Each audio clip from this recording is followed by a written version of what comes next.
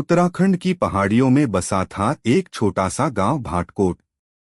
दिन में यह गांव बेहद शांत लगता, लेकिन रात होते ही इसके जंगलों में अजीब सी फुसफुसाहटें सुनाई देती।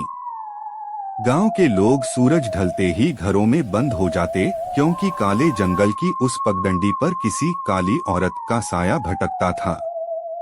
हर साल इसी मौसम में कोई न कोई अचानक गायब हो जाता, बिना कोई निशान छोड़े।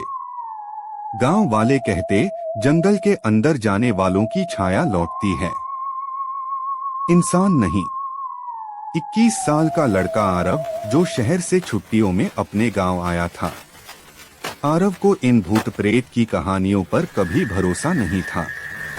उसकी दादी रोज समझाती, बेटा रात में काली पगडंडी पर मत जाना, वहां वो घूमती है। आरव हंसकर टाल देता, लेकिन उसके अंदर एक जिज्ञासा थी, आखिर उस जंगल में ऐसा क्या है जिसे सब छुपा रहे हैं। एक रात तेज हवा चल रही थी। पेड़ों की टहनियां खिड़कियों पर ऐसे थपथपा रही थीं जैसे कोई अंदर घुसना चाहता हो। रात के करीब 11 बजे आरव ने बाहर आंगन में किसी लड़की के रोने की आवाज सुनी। हेल्प हेल्प हेल्प, कोई है? आवाज जंगल की ओर से आ रही थी। आरव ने टॉर्च उठाई और बिना सोचे पगडंडी की ओर बढ़ गया।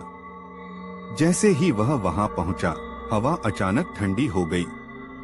पगडंडी के किनारे मिट्टी पर एक गहरी, बहुत लंबी छाया पड़ी थी, लेकिन वहां कोई इंसान नहीं था। आरव उस आवाज को फॉलो करता चला गया। पेड़ों के बीच एक पुराना टूटा फूटा मकान था। दरवाजा आधा खुला, अंदर बिल्कुल अंधेरा। जैसे ही उसने दरवाजा धक्का दिया, एक ठंडी हवा उसके चेहरे पर पड़ी।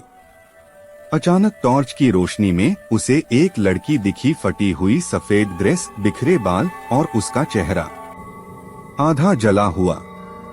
वह धीरे से बोली, मुझे घर जाना है, मेरी मदद करो। आरव डर तो गया, लेकिन उसके अंदर दया भी आ गई। उसने पूछा, तुम्हारा घर कहाँ है? लड़की ने मुड़कर जंगल की और इशारा किया, लेकिन उसकी गर्दन जरूरत से ज्यादा घूम गई, लगभग एक पूरा गोल। आरव के पैरों तले जमीन खिसक गई। इसके पहले कि वह भागता, लड़की अचानक गायब हो गई और आरव की टॉर्च अपने आप बंद हो गई। अंधेरे में सिर्फ फुसफुसाहटें, तुम भी नहीं लौटोगे। कोई नहीं लौटता। आरव जैसे तैसे भागते हुए एक बूढ़े साधु की झोपड़ी तक पहुंच गया। साधु ने दरवाजा खोला और बिना पूछे बोल पड़ा, तुम उस पगडंडी पर गए थे, है न?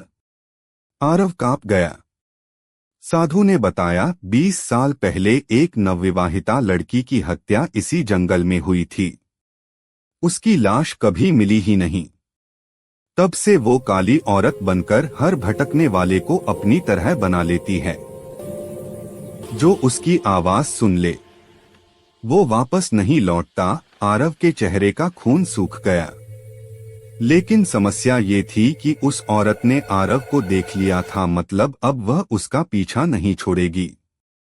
साधु ने उसके हाथ में एक ताबीज दिया, सूरज निकलने तक इसे मत गिराना, रात कट जाए तो बच जाओगे। आरव झोपड़ी में छिपकर बैठ गया। बाहर अजीब अजीब आवाजें आ रही थीं, कभी हंसी, कभी रोना, कभी कदमों की था। धीरे धीरे किसी के नाखूनों की खरोंच झोपड़ी की दीवार पर सुनाई देने लगी। कर्क कर्क कर्क, मानो कोई अंदर घुसने की कोशिश कर रहा हो। अचानक दीवार फटने लगी और उस दरार में से वही जलासा चेहरा दिखा, लंबी जीभ, काले धुएं जैसे बाल, टेढ़ा मुंह। वह फुसफुसाई, ताबीज मुझे दो, फिर तुम्हें जाने दूंगी। आरव चिल्ला पड़ा। नहीं, उसने ताबीज को कसकर पकड़ लिया। भूतिया औरत ने गुस्से में पूरा चेहरा दीवार में से बाहर निकाल लिया। उसकी चीख से झोपड़ी हिलने लगी। झोपड़ी के बाहर अंधेरा गहरा हो गया। वह औरत लगभग अंदर आ ही गई थी। आरव की पकड़ ढीली होने लगी, ताबीज उसके हाथ से फिसलने लगा। तभी पहाड़ों के पीछे से पहली सूर्य किरण निकली। औरत ने दर्द से कान फाड़ देने वाली चीख मारी। उसका चेहरा जलने लगा, धुआं उठने लगा और देखते ही देखते वह हवा में ऐसे घुल गई जैसे कभी अस्तित्व ही न हो। आरव वहीं बेहोश होकर गिर पड़ा। जब आंख खुली तो गांव वाले उसके आसपास खड़े थे। वह बच गया था, लेकिन पगडंडी आज भी वही है। और कहते हैं कि कभी कभी रात को फिर वही आवाज गूंजती है, मुझे घर जाना है। दोस्तों, कहानी पसंद आई हो तो लाइक और प्यारा सा कमेंट जरूर करें। चैनल को सब्सक्राइब कर बेल आइकन दबाएं और जुड़े हमारी हर नई कहानी के साथ।